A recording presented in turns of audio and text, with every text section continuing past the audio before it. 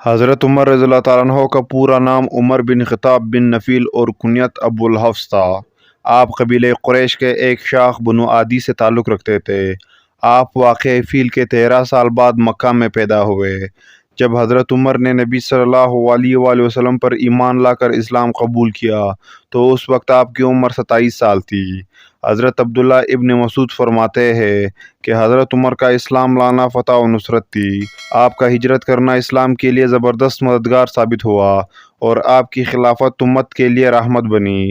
حضرت عمر بن خطاب نے اسلام قبول کرنے کے بعد اپنی سختی، قوت اور شدت جو مسلمانوں کے خلاف استعمال کیا کرتے تھے وہ مشرکین مکہ کے خلاف استعمال کرنے لگے اور رسول اللہ صلی اللہ علیہ وآلہ وسلم اور صحابہ کرام کے لیے ایک ڈال ثابت ہوئے۔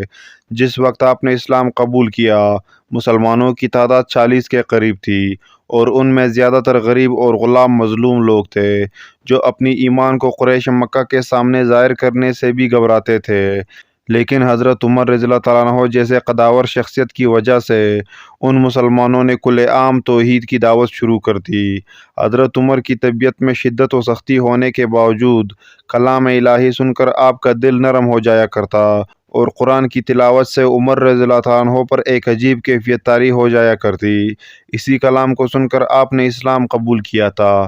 حضرت عمر نہایت ہی بے باک، جرأت اور مضبوط ارادہ رکھنے والے شخص تھے۔ آپ ہمیشہ اپنی رائے پر قائم رہا کرتے تھے اور بعد میں وہ درست بھی ثابت ہوتی۔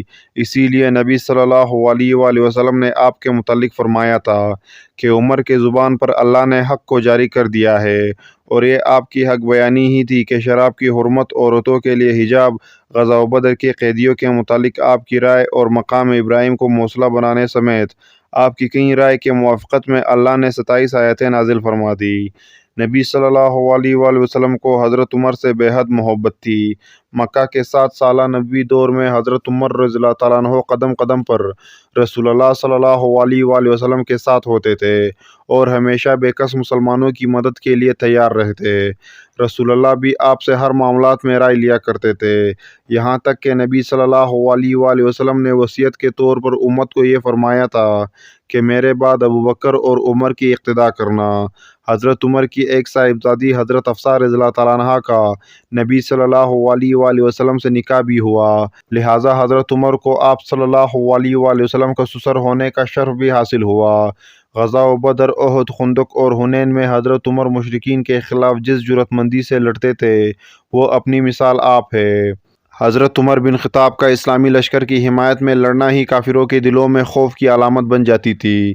سن 11 ہجری میں جب نبی صلی اللہ علیہ وآلہ وسلم کی وفات ہوئی تو حضرت عمر کو ایک عظیم صدمہ پہنچا اور آپ تلوار لے کر مدینہ کے گلیوں نکل پڑے اور اعلان کر دیا کہ اگر کسی نے یہ کہا کہ نبی صلی اللہ علیہ وآلہ وسلم وفات پا گئے ہیں تو میں اس کی گردن اڑا دوں گا۔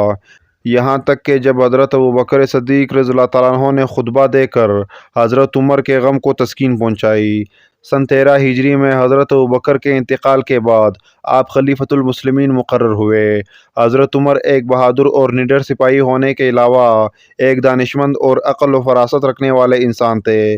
جب قریش میں دور جاہلیت تھی اور بہت کم لوگ ہی پڑھنا لکھنا جانتے تھے، آپ نے اسی وقت پڑھنا لکھنا سیکھا تھا، لہٰذا آپ کے خطوط، خطبات، فرمان بہت ہی شاندار تھے۔ آپ عربی فصاحت و بلاغت میں کمال رکھتے تھے۔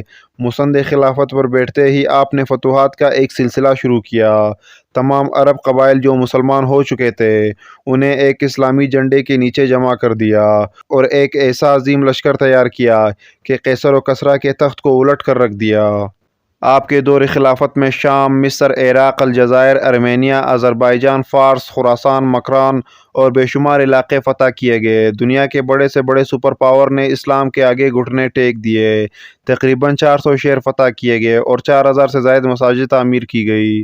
حضرت عمر فاروق کا مقصد تاریخ کے خواہش پرست جنگجوؤں کی طرح صرف خزانہ بھرنا نہیں تھا، بلکہ اسلام کی تبلیغ و اشاعت اور دین کی اقامت آپ کے عہد میں اولین ترجیح تھی۔ حضرت عمر ایک عظیم مقصد رکھنے والے خلیفہ تھے۔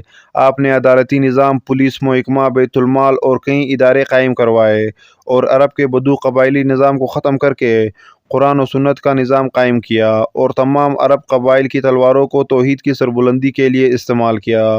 روم اور فارس کے ایوانوں میں ہلچل مچ گئی۔ تاریخ نے نہ کبھی ایسا حکمران دیکھا، نہ ایسا باہمت شخص پایا۔ ایک بکری چرواہے نے ایمان کے قوت سے سلطنتوں کو گرا کر رکھ دیا۔ سن 23 ہجری کو ایک مجوسی ابو لولو فیروز نے آپ کو شہید کر دیا اور آپ کی خواہش کے مطابق رسول اللہ صلی اللہ علیہ وآلہ وسلم کے پہلو میں دفن کیا گیا۔